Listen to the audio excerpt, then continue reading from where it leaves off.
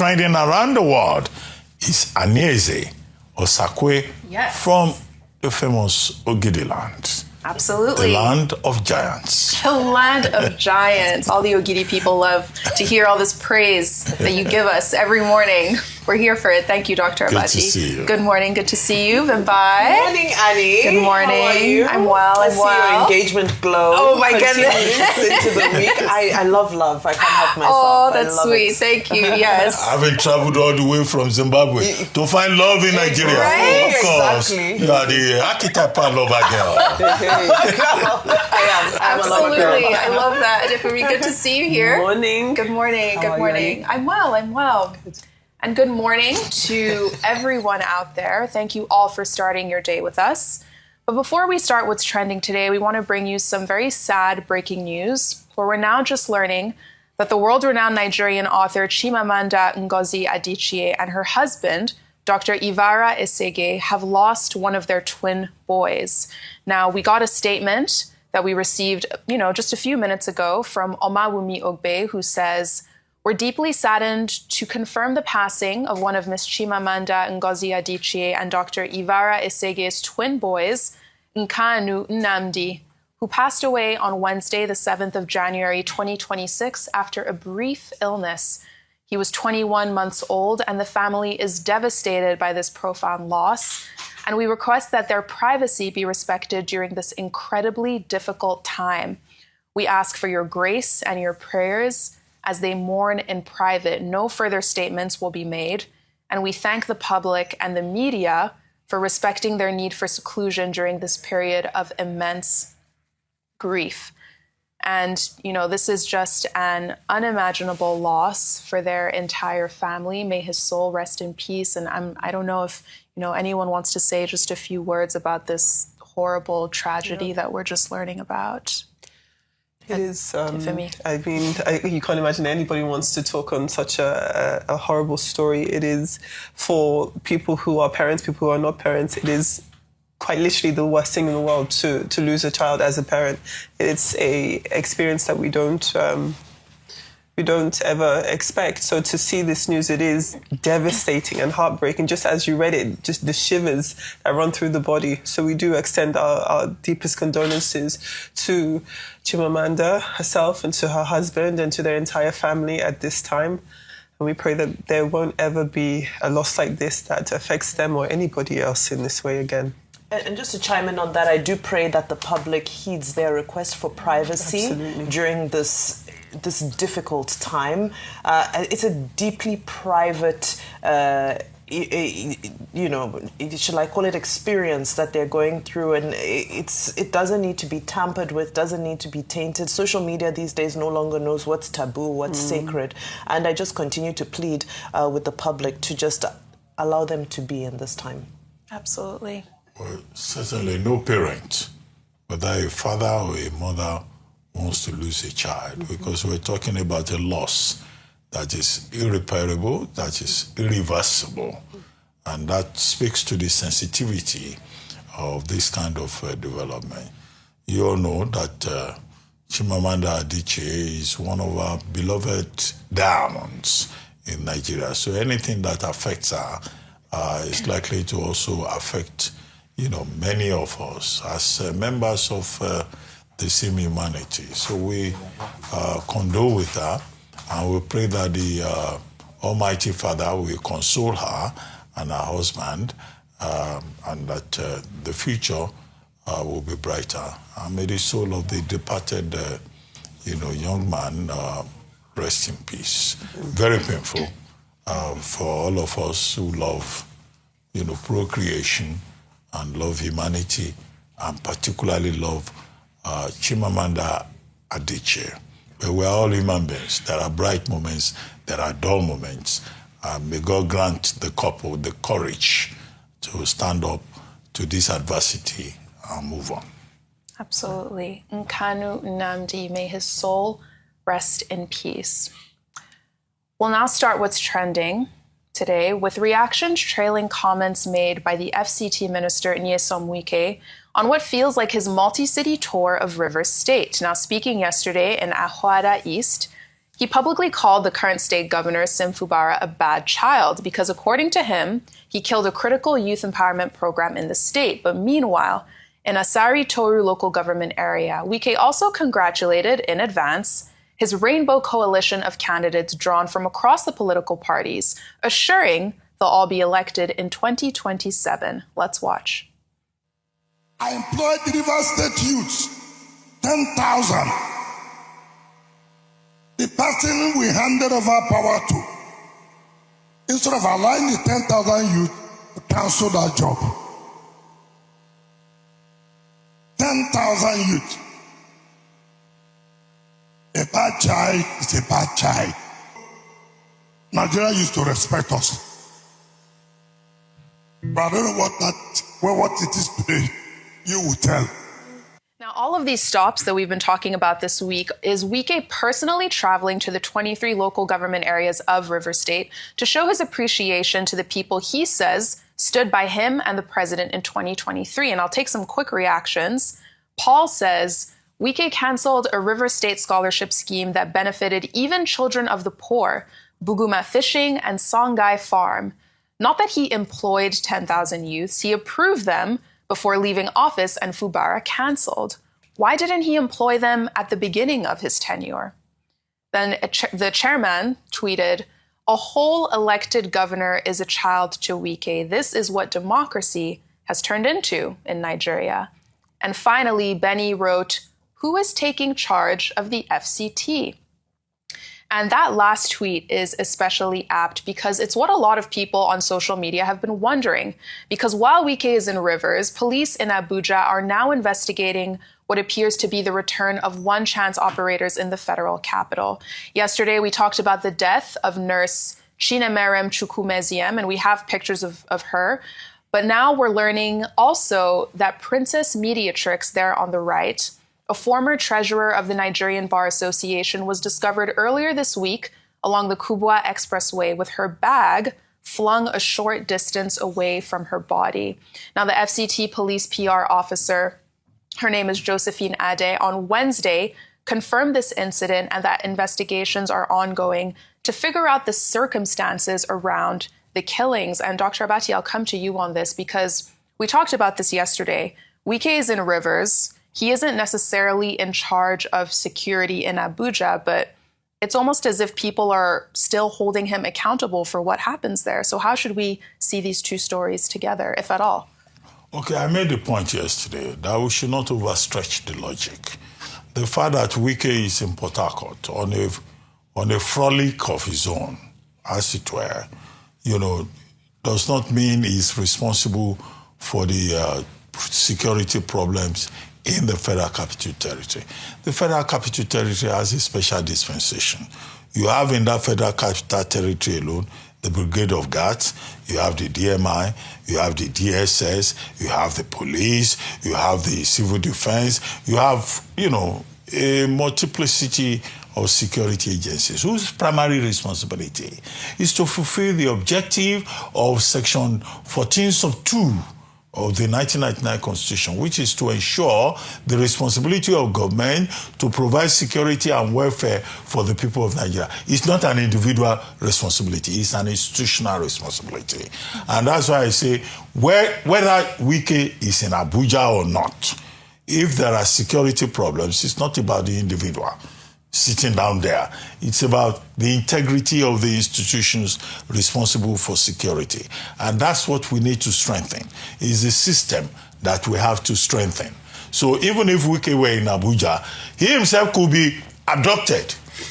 If he goes in public transport and is unfortunate, either him or any member of his families, to enter one chance, they could also be victims. So, but the whole thing is of a larger dimension, and that is my point. So I will not join others to say because Wike is not in Abuja, that's why there is a problem of insecurity, or because a governor is not in his state, that's why a problem happened in the. That would be utterly simplistic. Mm-hmm. And if I dare say, it won't follow the logic. I don't want to use a stronger word. So I will excuse Wike in that regard. But when he misbehaves as a public official, it is part of our responsibility to point it out. The principle in law is voluntae non fit injuria. If you don't like heat, don't go near the kitchen. So if you are a public official, you are fair game. We have the job to point out your flaws. When you leave that position, you can become a private citizen. Now, in terms of he going door to door, word to word, house to house, saying he's campaigning for President Bola Tinubu with his band of jesters who call themselves, is it a musical band? What other funny name do they give themselves? We say that the Independent National Electoral Commission has not yet said you can start campaign. So it is an act of irresponsibility for you to be going around campaigning and you are saying you will deliver local governments, you will deliver clans and villages to the president when INEC has not said you can start campaigns. So who is going to call him to order? A man who has said Rivers State belongs to him and that anybody or nobody cannot speak to him. And I guess that the point I made yesterday, when you stretch that and nobody, anybody, Rivers State is a no-go area, I guess that includes the president of Nigeria. That the president of Nigeria cannot even say anything about what is going on in Rivers State. So that's, I use the word again, delusional. And I think that, this kind of irresponsibility should not be allowed. There should be limits to it. The third thing is that I think that Mr. Wike is exposing the president of Nigeria to gross embarrassment. In fact, he is undermining the authority of the same president that he says he wants to help. Where is the authority of the president? If a man says he's campaigning on your behalf, you can be guilty by association.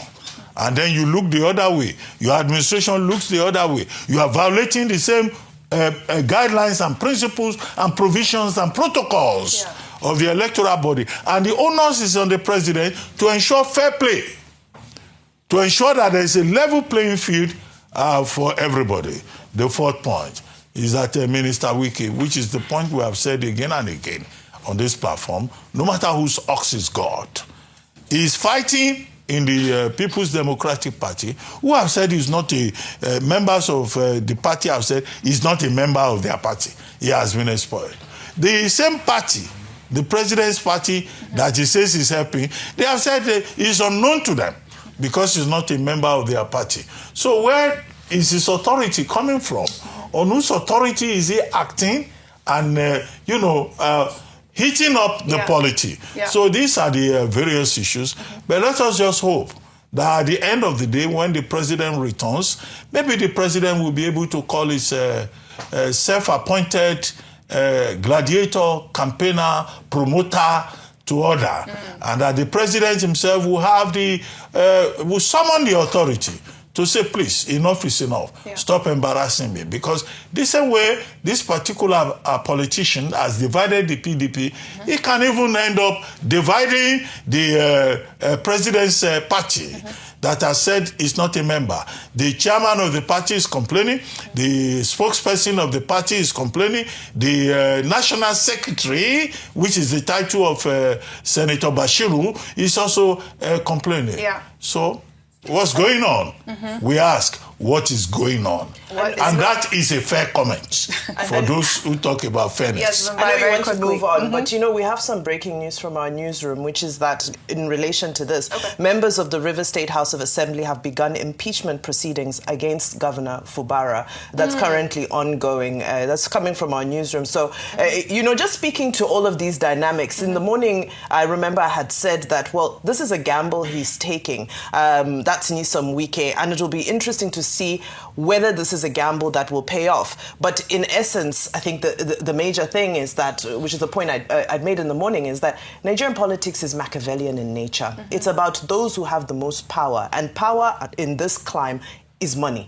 And if you look at all of the members of the House of Assembly, majority of them, whether they be APC or PDP, he sponsored most of them to be where they are. So I suppose this is what's giving him the confidence to say that he has this rainbow coalition and to call the governor a bad child, because he still controls the House, the River State House of Assembly, and now they've instituted impeachment proceedings. What will happen next? Remember last time something like this happened, it led to the state of emergency in the state. We just hope that it doesn't break down law and order. I know you have to move on to the next part, but because it was breaking, I just felt it was apt to bring it in. Absolutely, and that's such a big deal. Yes, the fact that the House of Assembly have started impeachment proceedings against Governor Fubara, and we'll stay on politics and stay in Abuja, because meanwhile, the former Labour Party vice presidential candidate, Senator Dati Baba Ahmed, also sparked a flurry of reactions from the public after declaring his interest at throwing his hat in the ring to run for president in 2027. Now, Baba Ahmed declared this yesterday at a rally at the party's national secretariat, saying that he's doing this quite simply because Nigeria needs help. Let's watch. I'm my own boss. Simple. I'm not following anybody's trajectory. I'm not stepping into anybody's shoes. Can I please remind you that before His Excellency Governor Peter Obi aspired for presidency, I aspired for presidency before him. The records are there for you to see. In October 2018, I participated in the primaries of PDP, the then PDP in Port Harcourt. And I walked to Governor Peter Obi and I said, please, can I have your vote? And he smiled at me. What a gentleman he was. Nigeria needs people like me. Then your question about if I have decided to declare, I am a law-abiding citizen and I'm also a loyal party member until the timetable is released by INEC. Now, while some on social media welcome this potential declaration, one person said, Foster's tweet, said that Dati is trying to play a lead role in a movie where the star actor has already left the set. He says he's not following anybody's trajectory, but let's be real, without the obedient energy, the Labour Party in 2026 is just a collection of empty chairs and Julius Abure's legal fees. To claim you were a 2019 aspirant as a badge of honor is funny. You had zero momentum then, and you're trying to build a 2027 campaign on the ghost of 2023. You aren't stepping into anyone's shoes. You're standing in a shop where the shoes have already been sold. The North respects boldness, but they also respect numbers, and those numbers followed Obi to the ADC. And Vimbai, I'll come to you on this one, because for weeks we've been talking about, how the opposition is growing weaker. But yesterday we discussed PDP members meeting. Now we have Baba Ahmed speaking on his own ambitions and saying that Nigeria needs people like him. How true is that? Well, you know what? I don't foresee any politician throwing their hat into the ring and playing themselves down. If you have ambition, you're always going to put yourself forward as the best thing since sliced bread or ice cream, and he has every right to do so. The questions, however, we should be asking are, what's the state of the Labour Party? That's hugely factionalized at the moment. We don't know which faction is the correct one to be recognized. The Supreme Court has delivered its own ruling on it. However, before INEC, they're still haggling for control over the party. And this is what we are seeing as a common feature in PDP. ADC still stands as one, but there's the commotion around who will become the leader and who will secure the presidential ticket. However, Dati Baba Ahmed is within his rights to step into this type of ambition. He's made several statements sort of, around people moving around political parties and so forth. But the honest truth is we've come to understand that this is the nature of the politics, that we don't really have parties per se, we have platforms, and that individuals will move to the platform that they deem necessary in order for them to achieve their desired aspiration. But the question is, what is really the state of the relationship between Peter Obi and Dati Baba Ahmed? Is it really feasible that things have broken down to the point that he will come and start speaking ill of his former principal in the name of politics? politics. Well, we've seen stranger things happen. But some people are going as far as saying, is it possible that he's just a placeholder in case things don't work out for Peter Obi at ADC? Are they just trying to keep the seat warm in Labour Party so that can happen? Well, so much will still unravel and happen. But, by means of him coming to make this declaration, I think he's totally within his rights to put himself forward as the best person for Nigeria. Because if I were campaigning, I certainly would also tell everybody that I am the best, not just for Nigeria, but for the whole world. Right? The game of politics, it continues. And from Abuja, let's now head to Oyo State, where communities in the Orire local government area are on edge after 5 people were killed and many more hurt at the National Park Service on Tuesday evening. Now, the state's police PR officer, Ayanlade Olayinka, confirmed the attack, saying that yet-to-be-identified armed men attacked personnel of the National Park Service, but that police are assessing the situation firsthand. Well, later that day, on Wednesday evening, Oyo State Governor Seyi Makinde responded to the killings, confirming that this was an external attack from outside the state. Now, in a post on his X profile, he said in part, and I'll read this tweet, he said, "Preliminary investigations by the security agencies indicate that this was a cross-border attack carried out by bandits. Let me appeal to residents of Oyo State, especially those in Orire local government area and other local government areas along our borders. Remain calm because security agencies have restored normalcy and deployed more personnel to the area. Our administration will leave no stone unturned to respond decisively to prevent a recurrence of such attacks."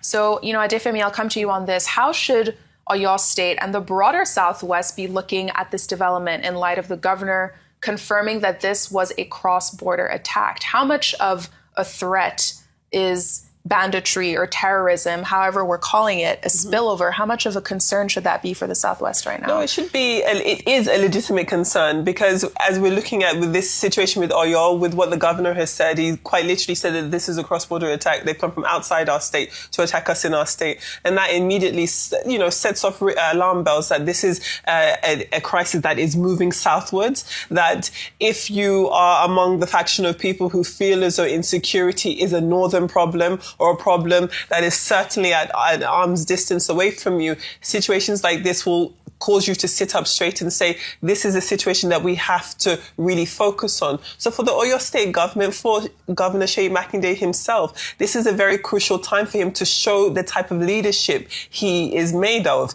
If he does have any political ambitions beyond being the governor of his state, this is going to be another metric of him for the people to be able to test what he can do, how he can secure the people of his state, if at all. It is fine and fair for him to say that this is a cross-border attack, but that doesn't really take away from what you're going to do about it. These people coming from outside of your state doesn't really change the responsibility or change the face of what your response is going to be. Yes, we are seeing that there are lots of different political gatherings. We've got, of course, the Southern Governors Forum, which, of course, includes Oyo State. They have already been, for weeks, months, in fact, coming together, talking about different ways in which they can tackle this insecurity issue, whether it's just from the state governments or also looking and speaking to traditional rulers in their regions. But I think, again, coming back to how they're going to tackle it, I didn't really hear much about what this investigation is going to look like, what the people of Oyo should be expecting.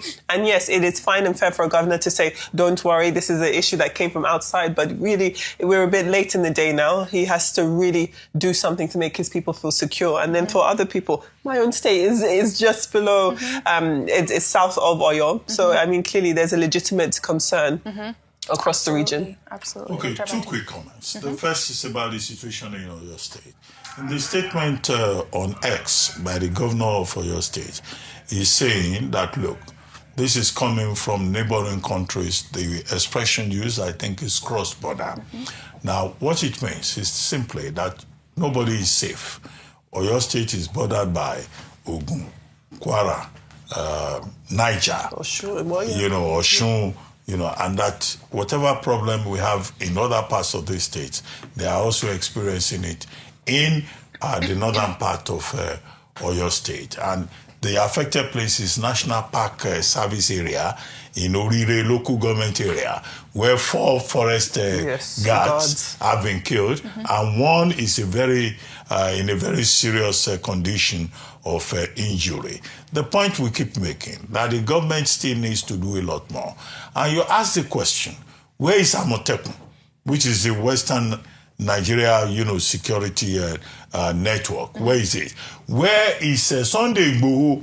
There was a gentleman, or there is a gentleman called Sunday Igboho, who was leading the protection of the Southwest region, trying to protect the incursion of, terrorists, bandits, criminals, from other parts of the country into the southern part of the country. So this is a continuing challenge, and both the Oyo State government and the federal government and all the security agencies, they have the mission, the responsibility, the assignment to ensure that whether in Oyo State or the adjoining states that they have been talking about, are free. The reference is to ungoverned forested spaces that link all these states. Now, how can those state forested spaces be made secure?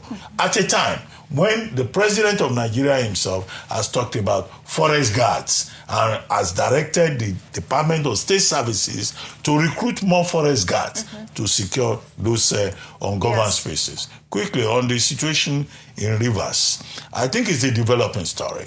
We'll still get a lot to talk about tomorrow morning. What I find curious there is that on the back of Minister Nyesom Wike, who has abdicated his responsibility in Abuja, he's been in that River State now for quite some time. Christmas holiday is over. What is this doing there? His place of work is Abuja as FCT Minister. He's busy playing politics.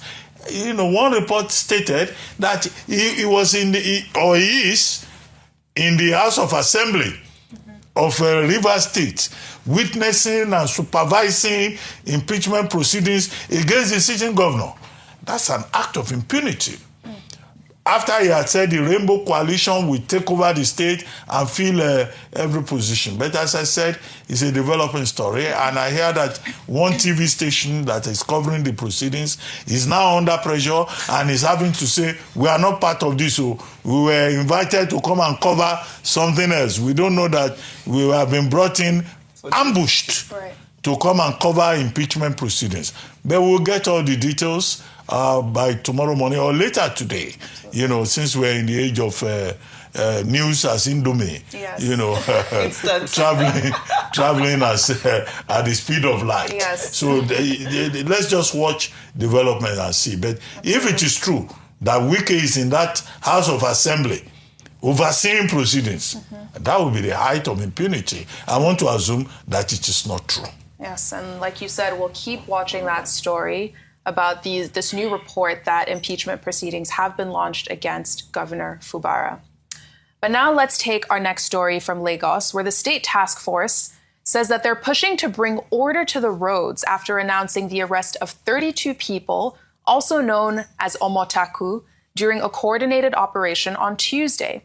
Now, the chairman of the task force, Adetayo Akerele, says that people had been talking about this issue online, on the radio, about just how much of a menace these people are. So on Wednesday, the State Commissioner of the Environment and Water, Tokunbo Wahab, shared a video which shows the moments after their arrest. Let's watch.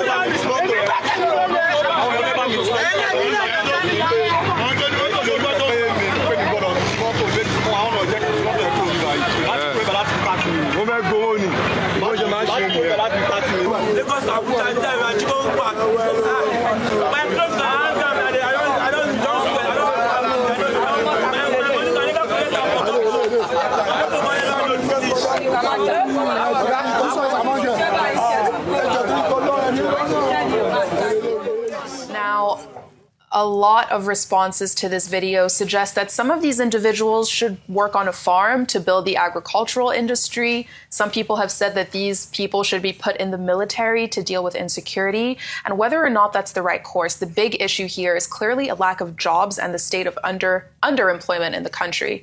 There was also a lot of backlash to these arrests, with videos going around, and we'll show them soon, of officials also going after children that you'll often see on the streets of Lagos. And Vimbaye, I mean, how do you think we should see this story? Well, I think there's several layers to it. The first, I think, is that it's a great development because these guys are a nuisance. You read and hear so many stories, especially if you have a breakdown. If you're unfortunate enough, not even a breakdown is minor. Even at the scene of accidents, they won't help. These are some of the first people. They're usually the first responders in the area. And what they'll do is they'll first loot the scene of an accident before anybody else is able to get to them. A true nuisance, and it's usually understood that they are used as they're a tolerated nuisance because they are used when it's convenient to satisfy political agendas. So to seeing them being rounded up is a very welcome development. However, having said that, what are the root causes of this nuisance? What are the fundamental issues that are broken in our society that are leading to the emergence of these individuals who, I mean, this is just 30-something that were arrested. There are thousands all over Lagos State. Yeah. Now, the unfortunate thing is when we do this as a sort of blanket operation, that we now no longer have the empathy or the discretion to see that there are some that are minors amongst them. There was a woman also amongst that group of 30-something. So we can't treat everybody equally, but we can treat everybody fairly.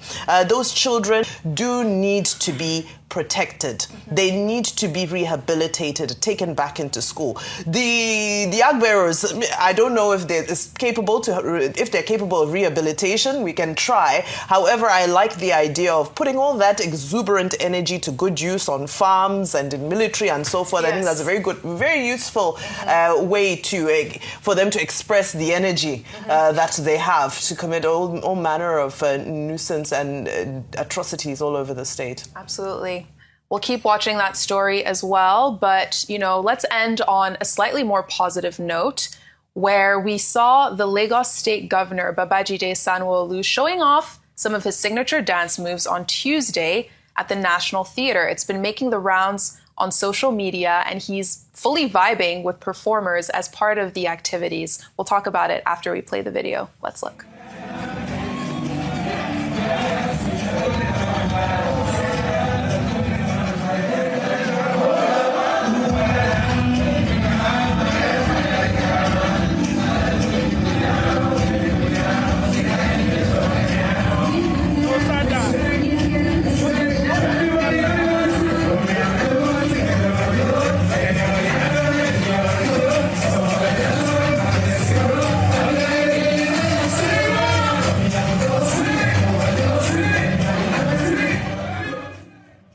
Now, this event took place on Tuesday while he was attending the Lens for Good 2026 Storytellers Conference at the National Theatre. Now, Sanwo-Olu talked about how reassuring it is to see the National Theatre alive again, with young people's energy as evidence as to why it was so important to restore this space. Online people are calling him the Gen Z governor. What a vibe. Thank you all for, your great analysis today. Sure. Gen Z governor. Sanwo-Eko. Exactly. Gómìnà we sabi road. Exactly. Anyway, thank you very much. Thank you all. Annie. Thank you.